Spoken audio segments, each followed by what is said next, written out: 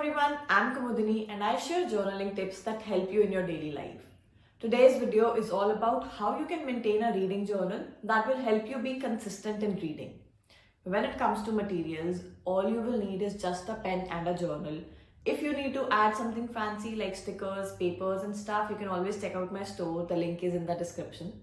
And now let's move forward to what all will this journal include. So one that you will need is a log of all the books that you read in the year or in the month. The next thing that you would want to note down is how you felt about that book. So basically a short review of that book or maybe a longer one, totally your choice.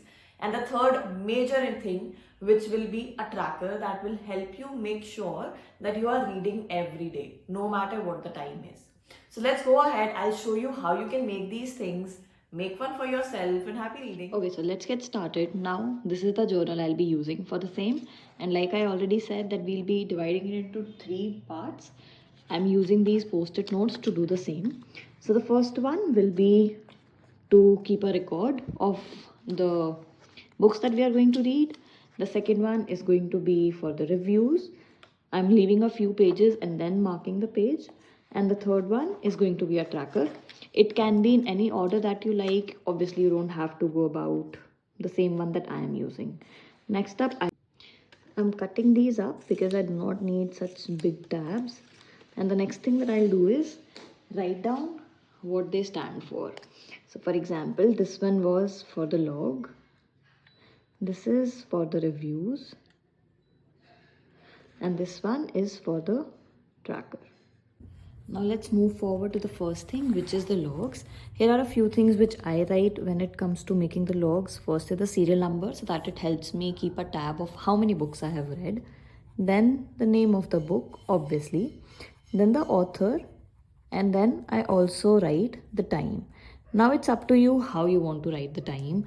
And also it's up to you whether you want to use a rating or not, which is totally optional. I personally prefer not to use it. Also, when it comes to the timing part, I only just write the month and the year. Some people like to write the start date and the end date, totally your choice. And obviously you can just use a ruler and put some lines so that it looks a little more interesting. Now, if you want to make it more interesting, you can always add some stickers, you can add some colored sheets or whatever you like. Please keep in mind the spacing. I know I have done quite a task by keeping it lesser, but make sure that you have enough space to write as much as you like. Now next we'll move to the review section. All you have to do is obviously write the name of the book if you like, or what I have done is I have made, this was the last book that I read, so I made a tiny cover. It has nothing to do with what was on the actual cover. I just made it for myself. I'm gluing it here, and if you want, you can write the name of the book here. If you don't want it, you can definitely drop it and go ahead and write the review however you like. I would really advise that you write a review right after you have finished the book, because that's when your emotions and your thoughts are at highest. That was about how you can keep a record of the books that you have read as well as write a review about it. I might be repeating this, but I would still insist that you write down how you feel after reading the book. This is the best way, one, to keep a record of your feelings, and second, to dump out all the emotions that might have stirred up by reading the book. Okay, now moving forward to the tracker part. There can be 2 trackers that you might want to look at. One is if you have a goal, I want to read 1 book in a month or 2 books in a month. One tracker can be for that. Although personally, I just believe, setting a goal as to how many number of books you are reading is a little unrealistic and doesn't really help you get somewhere. But making a goal that you want to read for such amount of time in one day, that is more helpful. Now, when it comes to setting a goal to how much do you want to read in a day, try not to over exceed or overreach your limits also. For example, if you say I want to read for 1 hour in a day, it might be a little unachievable because there are other things that you would want to do. At the same time, what you can do is put goals which are a little achievable so that you also feel good when you achieve them. So these goals for me work out to be 20 minutes or half an hour in a day. There is no one stopping you if you exceed that limit. There could be a book that you might not want to put down, and if you read it for 1 hour, there is no harm. But at least when you're doing that 20 minutes, you have that satisfaction ki, oh, I have achieved my goal for today and I'm just over exceeding it now. So now let's move forward. I'll show you how you can make a tracker. Now, as we already discussed, we'll basically be needing two trackers. So if you have a goal in mind that you want to read a specific kind of thing, or maybe two books in January, then February, and so on and so forth, all you can do is add the months here. Again, I'm making a very rough one. And the number of books that you're planning to read, you can simply add them here. It can be 1, 2, 3, up to you, and the goal is totally on you. Now, as soon as you finish reading a book, you can simply color it or you can shade it. It's up to you. That simply signifies that you have read two books as you had planned, or you can also give it a color. If you want, you can also just put one tick mark. So it can be the first book, it can be the second book. If you want to plan another way, what can also be done is that you already plan out what books you want to read in a particular month. So for example, I say that I want to read XYZ book in one, and ABC second, and maybe GHI in the third one. And what, as soon as I finish reading them, I can simply go ahead and color. That simply means that I have achieved the target that I wanted to. This is a one basic layout that you can go ahead with.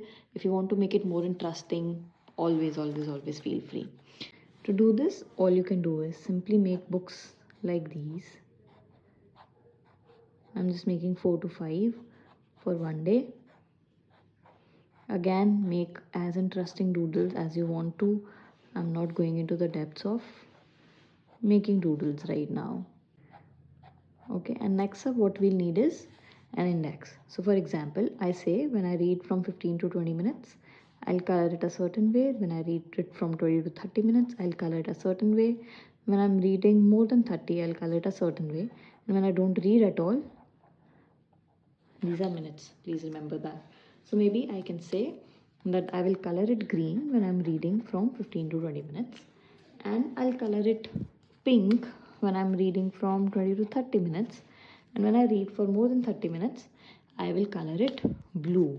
Now, here's what I'll do when I don't read at all. I will color it black. And now when I color it black, I know something inside me will not like it at all, and I'll make sure that I read for at least 15 to 20 minutes. Now, whenever I read, whatever days I read on, I would definitely like to give them the dates, first, second, third, fourth, and so on and so forth. Now, as soon as I finish reading on first day and maybe I read for 25 minutes, I will go and color it pink. That way I know I am motivated enough and something is helping me keep a track of how I'm actually going through with this hobby that I have decided to Now, be. these are the 3 basic things that you will need to make your reading journal functional. I'll repeat again. One is the log, one is the review, and the third is the tracker. But please feel free to play with your creativity and add whatever you want to add in your journal. For example, I made one of the spreads after reading one of the books so that it depicts a little about what the book was about. If you want to make a visual representation, if you want to do some illustrations or crafting, feel free to do that and experiment as much as you can. Here is hoping that you love your reading journey from here onwards. For more such tips and more such ideas, click on the subscribe button so that you don't miss any video.